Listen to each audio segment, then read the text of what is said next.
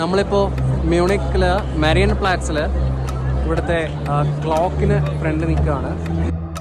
എത്ര പേരാണ് ഇത് കാണാൻ വേണ്ടി വന്ന് നിൽക്കുന്ന നോക്കിയാൽ.